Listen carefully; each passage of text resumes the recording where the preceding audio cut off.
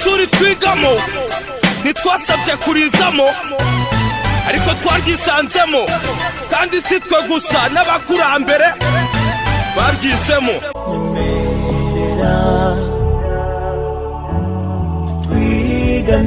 Imana yadutumyeho abantu bacu, ibyo mwabakoreye murabizi.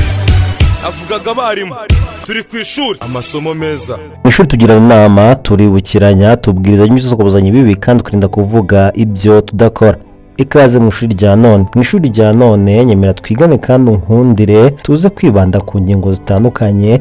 Nkubwira nti mu buzima ntugacibwe intege ntuko abantu bavuze, ujye ukora ibyo ugomba gukora kabone nubwo byababaza batabyemera, upfa kuba uri mukuri, upfa kuba ntawe uri murengera. Ibyo kandi bizajyana no kwihesha agaciro. Niyo mpamvu muri iri shuri nza kukubwira nti urajya wihesha agaciro kuko nutakiha nawe uzakaguha kandi ujye usobanukirwa agaciro nyako. Turaza gusoza ishuri rya none tugaruka ku kugira ubumuntu. Nyemerera twigane unkundire tugendane. Mu buzima wawe bwose ibyo ukora byose uzasanga kenshi imbogamizi ari abantu. Hahandi ushaka kugira intambwe utera umuntu akakwitambika, hahandi ujya kwambuka ikiraro umuntu akakigwishamo. Muri make umunsi ku wundi buri ntambwe ushaka gutera hari abakurwanya, yewe n'iyo uyiteye basigarana umutima wuzuye ishyari. Intambwe uteye ntibagwa neza. Ibi byose uteka ujye ubizirikana maze wowe uharanire gukora ibyiza kandi ukore cyane. Ahazaza hawe mu biganza byawe ndetse n'uwakuremye. Ni kenshi uzakora ibyawe bati warasaze, bati warayobye, bati ntuzi ibyo urimo.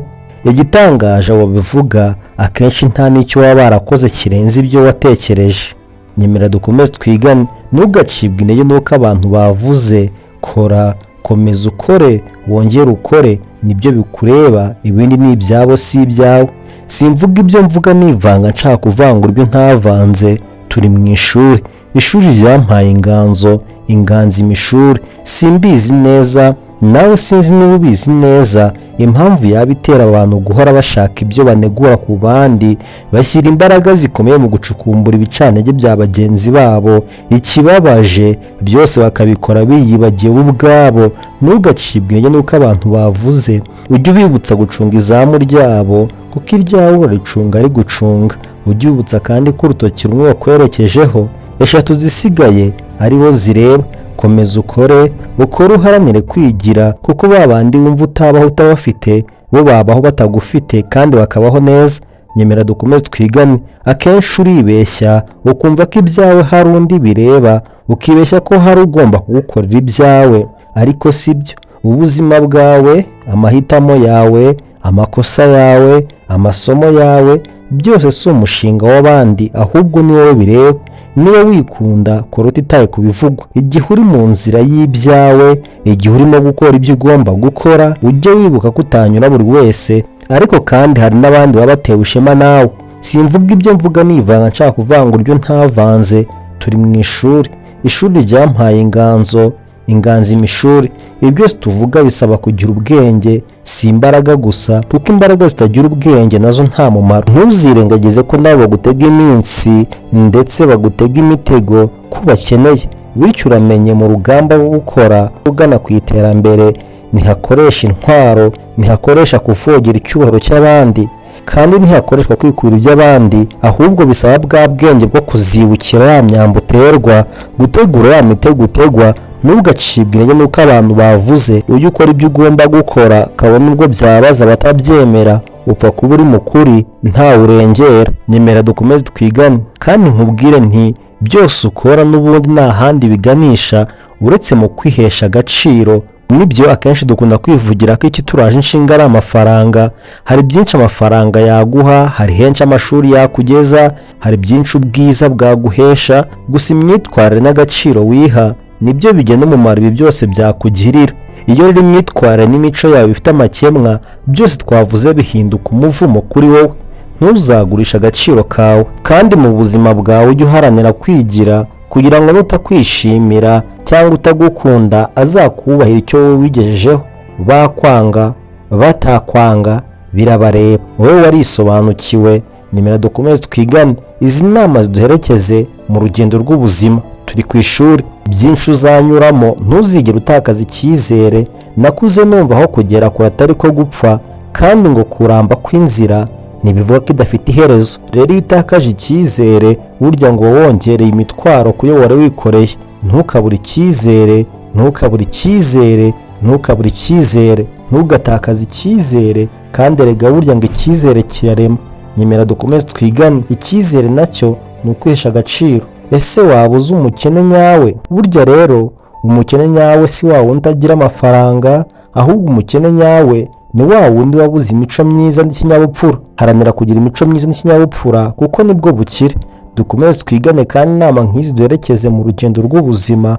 Wasanga iyo umuntu akuvuzeho ibintu akubeshyera ubabara, yewe ugashaka no kwihorera.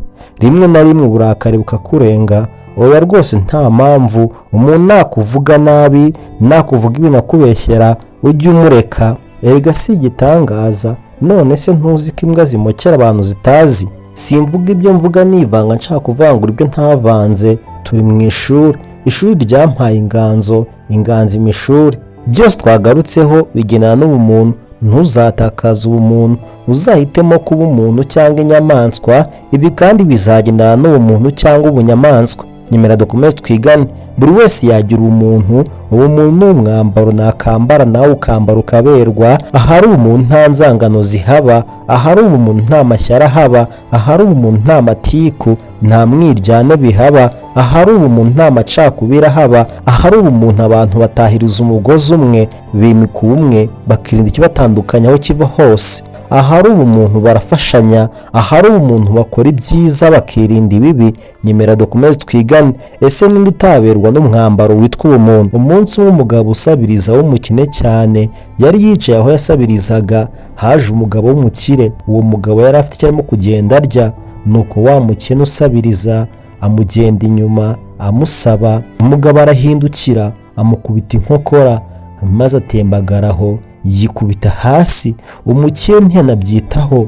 Nuko akura telefone mu mufuka izamukana n'amafaranga atari make rwose yari afite, maze ayo mafaranga atakara hasi atabizi.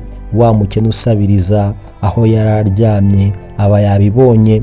Nuko arayafata abanza kwishima ku bw'amafaranga abonye n'inzara yose yari afite. Ariko bidatinze umutima uramukomanga nk'umuntu ufite umuntu muri we. Yumvise ko agomba kuyasubiza nyirayo, maze atitaye ku byo yakorewe, atitaye ku bukene bwe, atitaye ku nzara afite, yarirukanse inyuma ya wa mugabo ati hagarara. Umugabo ntiyamwumva, amwima amatwi, ariko arakomeza amwirukaho, amugeraho, amukora ku ntugu, ahindukira n'umujinya mwinshi agiye kumukubita. Wa mugabo usabiriza w'umukene ati nari mbazane amafaranga yanyu mwataye. Umugabo bibonye yibuka ko yamwimye, yewe akamuhirika, maze kwifata biranga, araturika ararira. Umukene yasubiye aho yari ari. N'umukene arakomeza ariko agenda bitekerezaho. Ageze iwe yatekereje kuri byose yakoze, maze arigaya. Nuko atunganya amafunguro, ategura imyambaro, ajya kureba wa mugabo w'umukene usabiriza, maze arabimushyikiriza, anamwemerera kumukura mu buzima yari abayemo. Nyemera dukomeze twigane kandi ukoresha inyurabwenge. Ubumuntu umwambaro nakambara nkaberwa.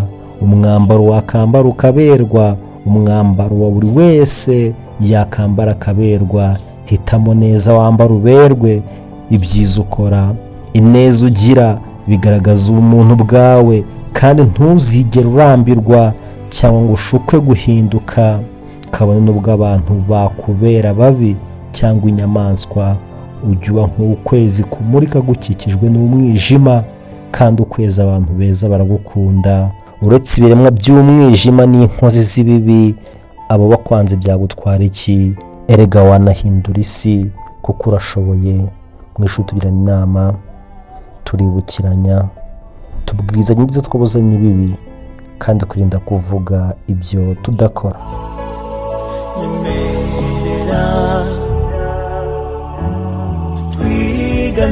Imana dutumyeho abantu bacu, ibyo mwabakoreye murabizi. Avugaga abarimu, turi ku ishuri, amasomo meza.